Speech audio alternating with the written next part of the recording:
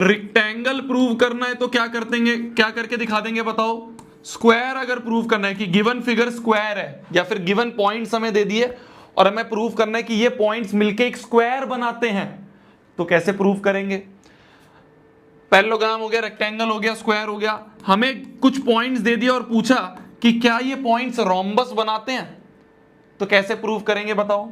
क्या ये points right angle triangle बनाते हैं, तो बताओ कैसे प्रूव करेंगे। क्या ये पॉइंट आइसोसेलेस ट्राइंगल बनाते हैं मिलके, तो बताओ कैसे प्रूव करेंगे। क्या ये पॉइंट्स इक्विलेटरल ट्राइंगल बनाते हैं, तो बताओ कैसे प्रूव करेंगे। ये मैंने कुछ तरीके तुम्हें बताए थे फॉर दिस चैप्टर, ठीक है। फॉर दिस चैप्टर अगर आपको प्रूव करना है कि कुछ गिवन पॉइंट्स जो हैं, उन गिवन पॉइंट्स को, मान लो हमें 4 पॉइंट्स दे दिए, इस पॉइंट के कोऑर्डिनेट दे दिए, इस पॉइंट के कोऑर्डिनेट दे दिए, इस पॉइंट का कोऑर्डिनेट दे दिया, इस पॉइंट का कोऑर्डिनेट दे दिया, और हमें पूछा कि क्या इन चारों पॉइंट्स के कोऑर्डिनेट को जोड़ के जो फिगर बनती है क्या वो पैरेललोग्राम है, तो हम कैसे प्रूव करेंगे पैरेललोग्राम है, हम कैसे चेक करेंगे पैरेललोग्राम है या नहीं। तो पैरेललोग्राम के लिए मैंने बता दिया था, सिंपल बस ये चेक कर लो कि both pair of opposite sides equal, both pair of opposite sides की जो लेंथ है, लेंथ कैसे निकालते हैं, डिस्टेंस फॉर्मूले से। डिस्टेंस का मतलब क्या होता है, लेंथ होती है। तो दोनों पेयर ऑफ अपोजिट साइड्स, जैसे मान लो ये एक फिगर है ABCD, हमें प्रूव करना है ये पैरेललोग्राम है, तो प्रूव कर दो कि ABCD के बराबर है और AD BC के बराबर है। अगर ये प्रूव कर दोगे तो बात बन जाएगी, हम कह देंगे पैरेललोग्राम है, ठीक है। अगर प्रूव करना है रेक्टेंगल है, तो रेक्टेंगल के लिए दो काम है। पहला, both pair of opposite sides equal करो, याद आ रहा है, ये लिखा था, मैंने कहा था इस चीज को याद रखना। और दूसरा, ये सबसे इंपॉर्टेंट है, मतलब ये इस चैप्टर का सबसे इंपॉर्टेंट पार्ट है, ये इस चैप्टर का सबसे इंपॉर्टेंट सेगमेंट है जो कि आज हम करने वाले हैं। मैं तुम्हें होमवर्क में भी दिए थे क्वेश्चंस कि खुद अटेम्प्ट करके आना, शायद तुमने अटेम्प्ट करे भी होंगे, ठीक है। पहला, रेक्टेंगल अगर प्रूव करना है तो पहले तो both pair of opposite sides की लेंथ इक्वल कर दो और डायगोनल्स की लेंथ इक्वल कर दो।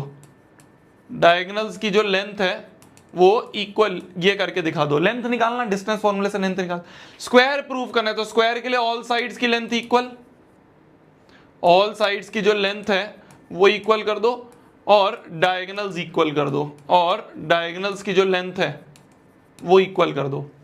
अगर प्रूव करना है 4 पॉइंट से मिलकर रोम्बस बनता है, तो रोम्बस के लिए क्या करो, ऑल 4 साइड्स इक्वल कर दो। ऑल 4 साइड्स की जो लेंथ है, ऑल 4 साइड्स की जो लेंथ है वो इक्वल कर दो। अगर प्रूव करना है राइट एंगल ट्राइंगल बन रहा है, तो पाइथागोरस थ्योरम बना के दिखा दो कि हाइपोटेन्यूज का स्क्वायर बराबर परपेंडिकुलर का स्क्वायर प्लस बेस का स्क्वायर।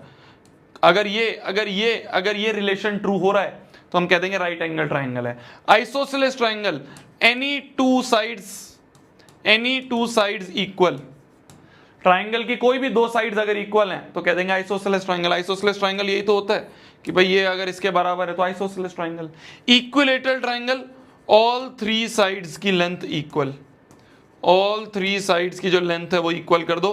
तो अगर इक्विलेटरल ट्राइंगल है तो तीनों साइड्स की लेंथ अगर इक्वल कर दोगे तो हम कह देंगे वो एक इक्विलेटरल ट्राइंगल है। एक बच्चा पूछ रहा है भैया स्केलीन ट्राइंगल प्रूव करना है, तो स्केलीन ट्राइंगल, अरे स्केलीन ट्राइंगल का मतलब होता है, स्केलीन ट्राइंगल का मतलब होता है ऑल 3 साइड्स डिफरेंट।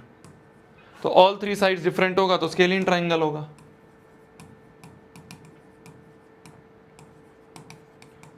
और प्रूव करना है खाली ट्राइंगल है तो मैंने तुम्हें बताया था सम ऑफ